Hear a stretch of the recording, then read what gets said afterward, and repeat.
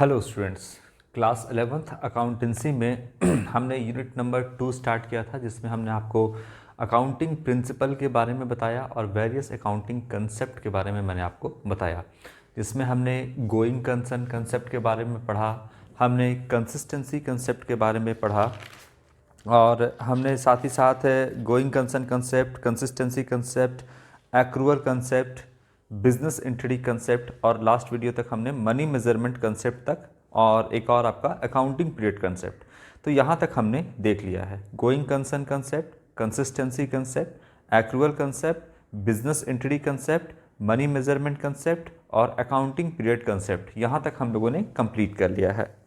अब आज हम स्टार्ट करेंगे आपका कॉस्ट कंसेप्ट और इसे कहते हैं हिस्टोरिकल कॉस्ट कंसेप्ट, और दूसरा है आपका वेरी इंपॉर्टेंट कंसेप्ट जो है आपका, वो है आपका डुअल एस्पेक्ट कंसेप्ट।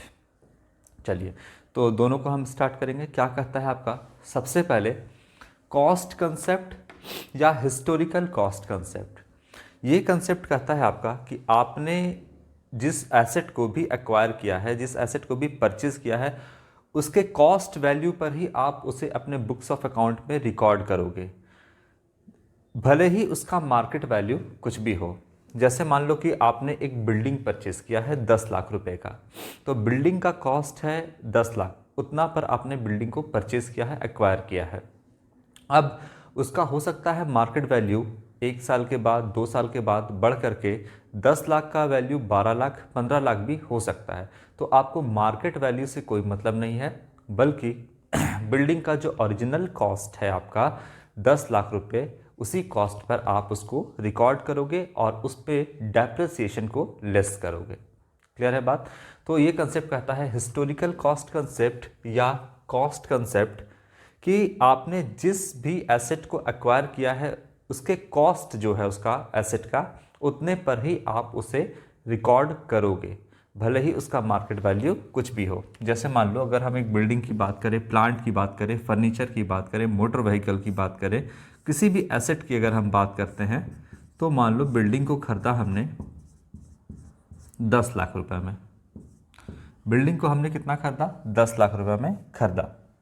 तो हम इसको, अब इसका मार्केट वैल्यू मान लो कल को होकर हो गया 12 लाख, 1 साल के बाद और बढ़ करके मान लो इसका वैल्यू हो गया 15 लाख। तो आपको ना 12 लाख से मतलब है, ना ही आपको 15 लाख से मतलब है। आपको मार्केट वैल्यू से कोई मतलब नहीं है। आपने अपने बुक्स ऑफ अकाउंट में कितना रिकॉर्ड किया है? 10 लाख का। इसी 10 लाख पर आप बिल्डिंग को रिकॉर्ड करोगे यहाँ पर, और इसी में से आप क्या करोगे? डेप्रिसिएशन भी लेस करोगे, डेप्रिसिएशन इस पे से आप माइनस करोगे। क्लियर है?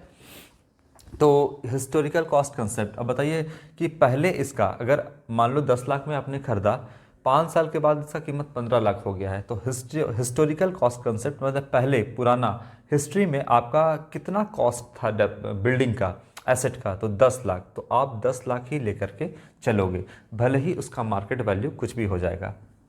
आपने एक प्लांट परचेस किया मान लो 1 लाख रुपए का, प्लांट कह लो, मशीनरी कह लो, मशीनरी मान लो आपने परचेस किया 1 लाख रुपए का।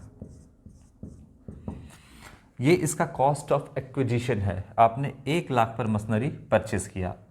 अब इसका मार्केट वैल्यू हो सकता है 10.5 लाख हो, 11 लाख हो जाए, हो सकता है इसका मार्केट वैल्यू 90,000 हो जाए।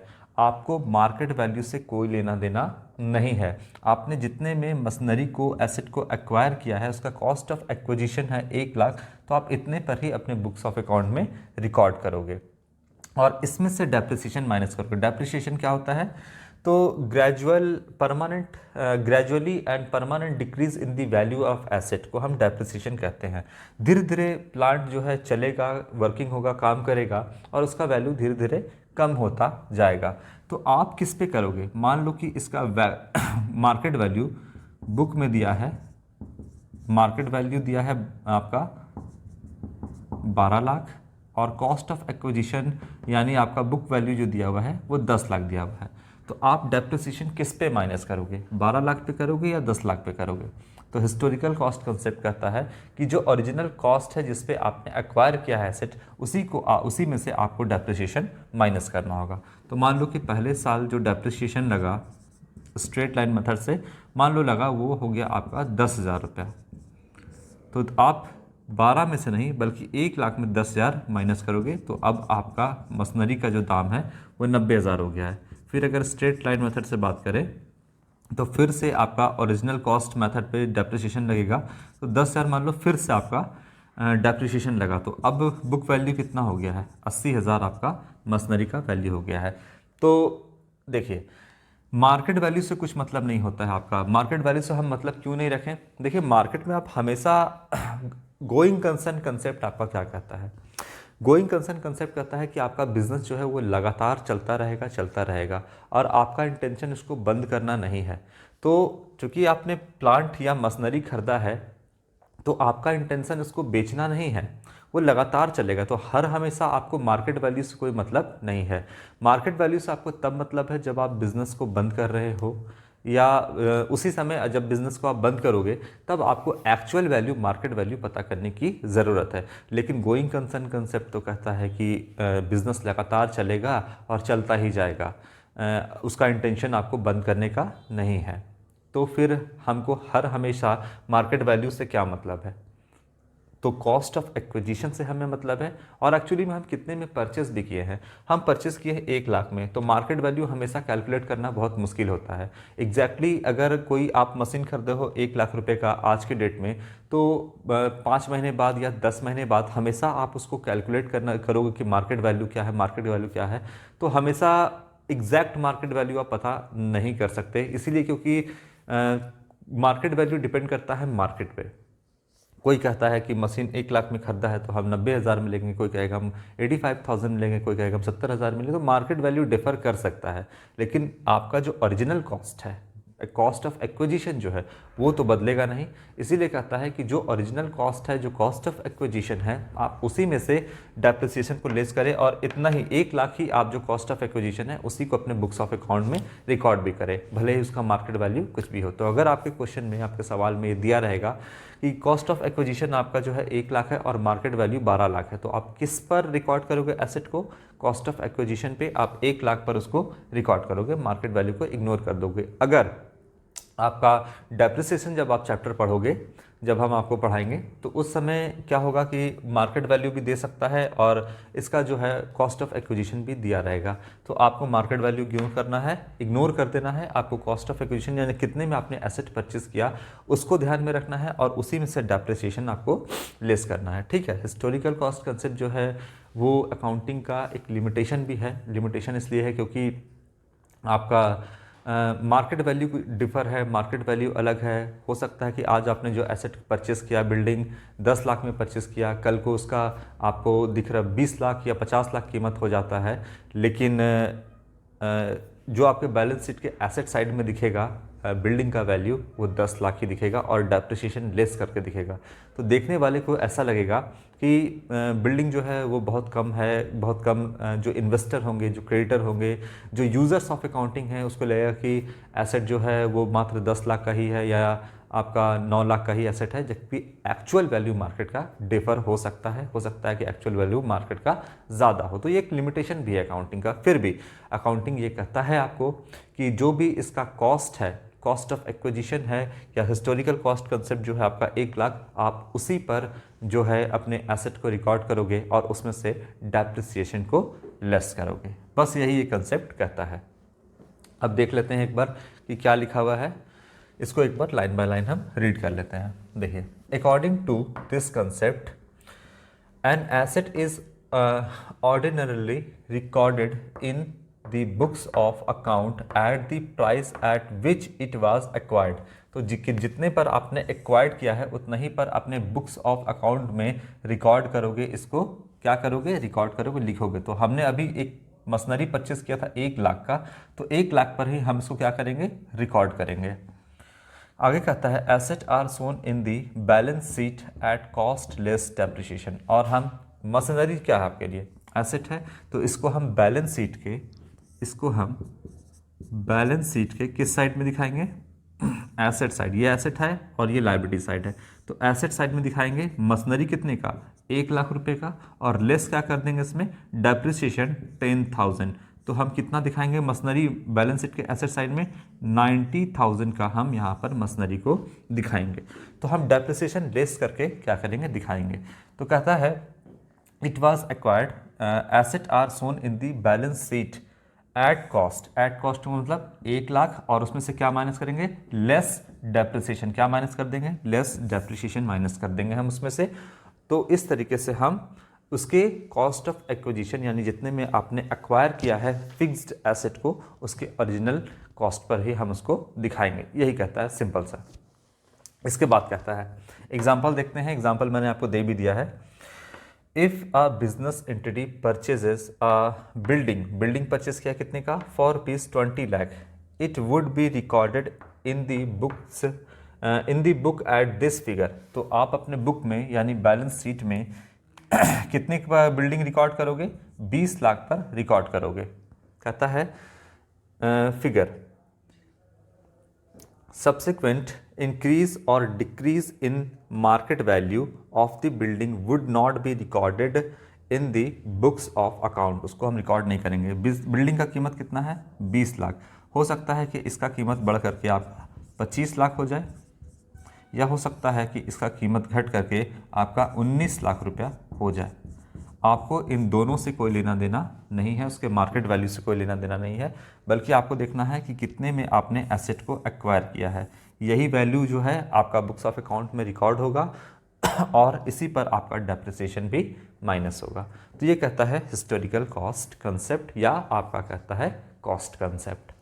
ये हो गया आपका। अब आते हैं डुअल एस्पेक्ट कंसेप्ट पे, इसको हटाते हैं थोड़ा।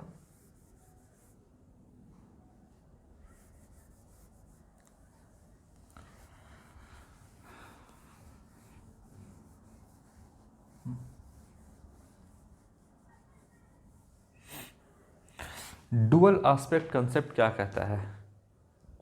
कहता है कि हर ट्रांजैक्शन के दो पहलू होते हैं, एक होता है आपका डेबिट और दूसरा होता है आपका क्रेडिट। तो हर ट्रांजैक्शन के दो पहलू हैं। आप बिजनेस को छोड़ो, आप जनरल सोचो, आप मार्केट में जाते हो, कोई भी सामान परचेस करते हो, उसके दो पहलू, दो एस्पेक्ट होते हैं या नहीं होते हैं। जैसे आपने गया राशन का सामान खरीदा, तो राशन का सामान आपके पास आया, बदले में ये एक एस्पेक्ट है। दूसरा, आपने उसे कैश दिया, ये दूसरा एस्पेक्ट है। आप मोबाइल फ़ोन परचेस करने जाते हो, आपने मोबाइल फ़ोन जो है परचेस किया, आपके हाथ में मोबाइल आया, एक एस्पेक्ट, आपने कैश दिया, ये दूसरा एस्पेक्ट। आप फर्नीचर खरीदने जाते हो, आपने फर्नीचर खरीदा, एक एस्पेक्ट, एक पहलू। दूसरा, आपने कैश पेमेंट किया, ये दूसरा पहलू है। तो जो भी ट्रांजैक्शन है, अगर हम बिजनेस की बात करें तो हर ट्रांजैक्शन के दो पहलू होते हैं, जिसे हम डुअल एस्पेक्ट कंसेप्ट कहते हैं। मतलब हर ट्रांजैक्शन के दो पहलू होते हैं, एक को हम डेबिट करेंगे तो दूसरा को हम क्रेडिट करेंगे। यही आपका डुअल एस्पेक्ट कंसेप्ट कहता है। अच्छा, जो आपका डबल इंटरेस्ट सिस्टम है उसका इजाद कहाँ किया? तो उसने लुकास पैसियोली ने 1494 में, जो कि इटली के वेनिस शहर के रहने वाले थे, उन्होंने डबल इंटरेस्ट सिस्टम का इजाद किया। उन्होंने बताया कि हम ट्रांजैक्शन को किस तरीके से डेबिट और क्रेडिट करके रिकॉर्ड करेंगे। उस समय डेबिट को बोला जाता था डेबेयर और क्रेडिट को बोला जाता था क्रेडेयर। डेबिट को बोला जाता था डेबेयर और क्रेडिट को बोला जाता था क्रेडेयर। बाद में वो लैटिन आपका ये वर्ड था, बाद में जब इसको इंग्लिश में कन्वर्ट किया गया तो डेबेयर बना डेबिट और क्रेडेयर बना आपका क्रेडिट। तो लुकास पैसियोली 1494 इटली के वेनिस शहर के रहने वाले थे, उन्होंने डुअल एस्पेक्ट कंसेप्ट या डबल इंटरेस्ट सिस्टम का इजाद किया था। अब क्या करता है कि हर ट्रांजैक्शन के दो पहलू होते हैं, एक अगर डेबिट होगा तो दूसरा क्या होगा आपका क्रेडिट होगा। हर ट्रांजैक्शन के दो पहलू हैं और इसी दो पहलू में आपका सारा ट्रांजैक्शन जो है वो रिकॉर्ड हो जाएगा। ठीक है, अब एक बार इसको हम रीड करते हैं, पढ़ते हैं क्या कहता है आपका।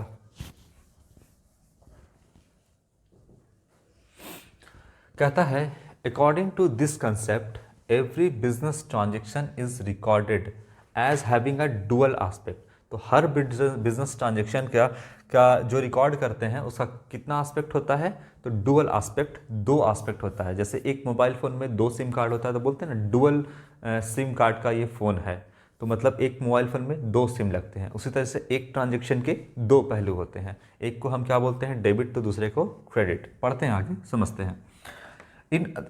इन other words every transaction affect at least 2 account, हर एक ट्रांजेक्शन 2 अकाउंट को हिट करेगा, दो अकाउंट को अफेक्ट करेगा। समझेंगे इसका मतलब को। If one account is debit, अगर हम एक अकाउंट को डेबिट करते हैं तो any other account must be credited, अगर एक को हम डेबिट करते हैं तो दूसरा क्या होगा, आपका क्रेडिट ही होगा। This system of recording transactions based on this principle, इस सिद्धांत पर जो आपका जो सिस्टम है ट्रांजेक्शन को रिकॉर्ड करने का, इज कॉल्ड क्या बोलते हैं, डबल एंट्री सिस्टम। हम उसे बोलते हैं double entry system. It is because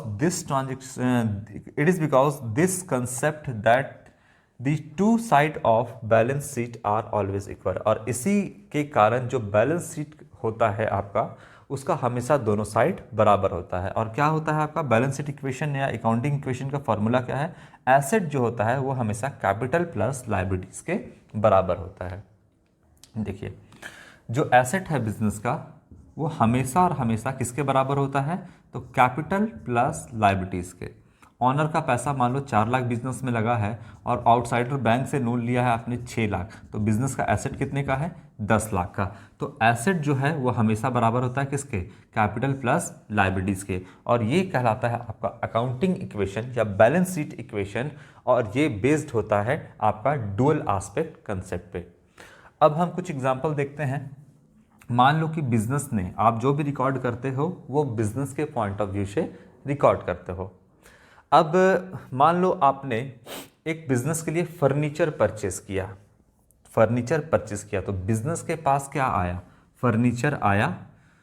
real account के रूल से, अभी हम आपको पढ़ाएंगे आगे, रियल अकाउंट के रूल से, रूल वगैरह सब कुछ देखेंगे। फर्नीचर आया तो फर्नीचर अकाउंट को हमने क्या किया, डेबिट किया। और कितने का फर्नीचर है, according to money measurement concept इसका वैल्यू होना चाहिए, मनी में होना चाहिए फर्नीचर।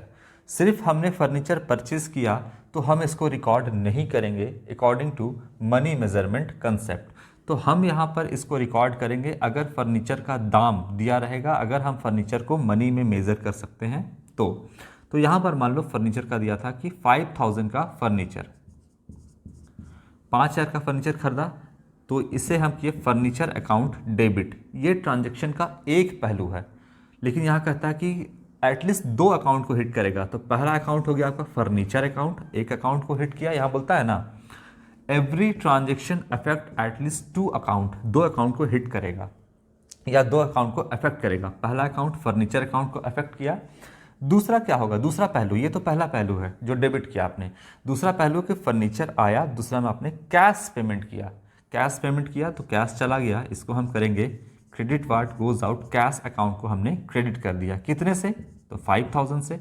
इसीलिए डुअल एस्पेक्ट कंसेप्ट में डेबिट और क्रेडिट हमेशा बराबर होता है, इक्वल होता है, कभी भी ये डिसमैच नहीं करेगा। अगर डिसमैच करता है तो इसका मतलब आप कुछ गलती कर रहे हो। तो यहाँ पर आपका फर्नीचर आया, डेबिट किया, और यहाँ पर 2, यहाँ पर क्रेडिट लिखने की ज़रूरत नहीं है, यहाँ आपने 2 लिख दिया है, इसका मतलब ये क्रेडिट साइड में है। तो यहाँ पे लिखा कैश अकाउंट। अब देखो एक पहलू फर्नीचर आया, दूसरा पहलू क्या है आपका कैश गया, तो हर ट्रांजैक्शन के 2 पहलू हो गए, इसीलिए इसको हम बोलते हैं डुअल एस्पेक्ट कंसेप्ट। एक ट्रांजैक्शन हुआ कि आपने फर्नीचर परचेज किया, ये एक ट्रांजैक्शन है, इसके 2 पहलू, फर्नीचर आया, कैश गया, ठीक है। एक को हम किए डेबिट, दूसरे को किए हम क्रेडिट। क्लियर है बात। तो डेबिट और क्रेडिट क्या होगा, हमेशा बराबर होगा। जितने का फर्नीचर आप खरीदोगे उतना ही तो कैश पेमेंट करोगे, इसलिए फर्नीचर 5000 का तो कैश 5000 का, फर्नीचर 5000 का आया तो कैश 5000 रुपये आपका चला गया। तो हर ट्रांजैक्शन के यहाँ पर कितने पहलू होते हैं 2 पहलू होते हैं। एक को हम क्या करते हैं, डेबिट करते हैं, तो दूसरे को हम क्रेडिट करेंगे। और जो आपका अकाउंटिंग इक्वेशन का फॉर्मूला है asset is equal to capital plus liabilities, ये भी आपका डुअल एस्पेक्ट कंसेप्ट पे बेस्ड है। यानी ये जो आपका इक्वेशन है ये हमेशा और हमेशा मैच करेगा। अब यहीं पर अगर हम बात करें कि एसेट जो होता है वो बराबर होता है कैपिटल प्लस लायबिलिटीज़ के। अब यहाँ पर इसको थोड़ा सा हम हटाते हैं, ये आपका हमेशा हमेशा इक्वल होगा। सेम एग्जांपल से हम आपको समझाते हैं। फर्नीचर आपने परचेज किया, फर्नीचर क्या है, एसेट है, तो हम यहाँ पर लिख देंगे एसेट साइड में फर्नीचर। कैश क्या है, कैश भी एसेट है, तो हम यहाँ पर लिख देंगे, क्या लिख देंगे, कैश भी लिख देंगे। किधर, तो हम एसेट साइड में। अब फर्नीचर आया, कितने का फर्नीचर खरीदा, 5,000 रुपये का, तो 5,000 रुपये प्लस किए, और कैश कितना गया, तो माइनस किए कैश 5,000, कैश तो 5,000 चला गया ना, तो प्लस और माइनस क्या हो गया, 0 हो गया, मतलब ये हमेशा और हमेशा बराबर हो गया। इधर प्लस और माइनस, एक बार प्लस एक बार माइनस, तो एसेट जो है हमेशा कैपिटल प्लस लायबिलिटीज के बराबर होता है। थोड़ा सा और समझते हैं। मान लो कि बिजनेस का पहले से आपका एसेट जो है ठीक है, अब आपने मान लो फर्नीचर की जगह आप उधार में फर्नीचर परचेस किए, ये तो कैश में आपने परचेस किया। अगर उधार में परचेस करते तो यहाँ पर आप क्या लिखते, यहाँ पे आप लिखते क्रेडिटर। क्रेडिटर का मतलब वो जिससे आपने उधार में सामान खरीदा है और जिसको आपको फ्यूचर में पैसा पेड करना है, तो यहाँ पर हम क्या लिखते हैं, क्रेडिटर लिखते हैं। कितना पे करना है क्रेडिटर को, 5,000, तो फर्नीचर आया और क्रेडिटर को पैसा पे करना है 5,000। ठीक है, ये आपका डुअल एस्पेक्ट कंसेप्ट पे बेस्ड है, एक को डेबिट दूसरे को क्रेडिट। रूल जो है जनरल एंट्री का वो बात मैं आपको समझाएंगे, फिलहाल आप टॉपिक समझिए, डुअल एस्पेक्ट कंसेप्ट समझिए। अब यहाँ पर फर्नीचर परचेज की, तो फर्नीचर तो आपके लिए क्या है, एसेट है, बिजनेस के लिए फर्नीचर एसेट है। आप एसेट साइड में दो फर्नीचर आया 5,000 रुपया प्लस किए इज इक्वल टू कैपिटल, तो नहीं, जो क्रेडिटर होता है वो आउटसाइड लायबिलिटी होता है, तो कैपिटल तो आपका कोई चेंज नहीं हुआ, लेकिन लायबिलिटी आपका बढ़ गया, क्रेडिटर जो है आपका बढ़ गया कितने से, 5,000 रुपीज़ से। तो देखो एसेट जो है वो हमेशा और हमेशा आपका किसके बराबर होता है, कैपिटल प्लस लायबिलिटी का। तो कैपिटल यहाँ पर अभी कुछ ना बढ़ा ना घटा, इसलिए इसको हम 0 रखेंगे। तो देखिए 5,000 इधर भी, 5,000 इधर भी, तो दोनों साइड ये बैलेंस कर रहा है। तो क्यों बैलेंस कर रहा है, क्योंकि ये जो अकाउंटिंग इक्वेशन है asset is equal to capital plus liabilities, ये आपके डुअल एस्पेक्ट कंसेप्ट पे बेस्ड है। इसी कारण से हम इस इक्वेशन को हम क्या कहते हैं, बैलेंस शीट इक्वेशन भी कहते हैं। अब बैलेंस शीट इक्वेशन क्यों कहते हैं वो भी देख लीजिए, थोड़ा सा ब्रीफ में आपको सब कुछ समझा देंगे, बाकी डिटेल में जब हम पढ़ाई करेंगे तो समझेंगे। बैलेंस शीट इक्वेशन क्यों कहते हैं, देखिए बैलेंस शीट जो है वो हमेशा टैली करता है, ये आपका एसेट साइड, ये आपका लायबिलिटी साइड। और लायबिलिटी साइड में मतलब क्या, ये आपका होता है कैपिटल प्लस लायबिलिटीज इधर होता है। तो एसेट जो है वो हमेशा और हमेशा किसके बराबर होगा, तो कैपिटल और प्लस लायबिलिटीज के बराबर होगा। इसी कारण से जो बैलेंस शीट है वो हमेशा और हमेशा टैली करता है, इक्वल होता है। क्लियर है बात। तो ये आपका डुअल एस्पेक्ट कंसेप्ट पे बेस्ड होता है। तो दो कंसेप्ट हमको समझ में आया, एक है आपका कॉस्ट या हिस्टोरिकल कॉस्ट कंसेप्ट, जिसपे आपने कॉस्ट ऑफ एक्विजिशन, जितने पे आपने एसेट को एक्वायर किया है, परचेज किया है, उसी प्राइस पर आप रिकॉर्ड करोगे अपने बुक्स ऑफ अकाउंट में। और डुअल एस्पेक्ट कंसेप्ट कहता है कि हर ट्रांजैक्शन के दो पहलू होते हैं, एक डेबिट होता है, दूसरा क्रेडिट होता है, और दोनों एस्पेक्ट जो है, दोनों पहलू जो है वो हमेशा और हमेशा बराबर होता है। ठीक है, तो यहाँ तक मैंने आपको बता दिया है। अब नेक्स्ट जो कंसेप्ट है वो हम आपको नेक्स्ट वीडियो में बताएंगे। Thank you.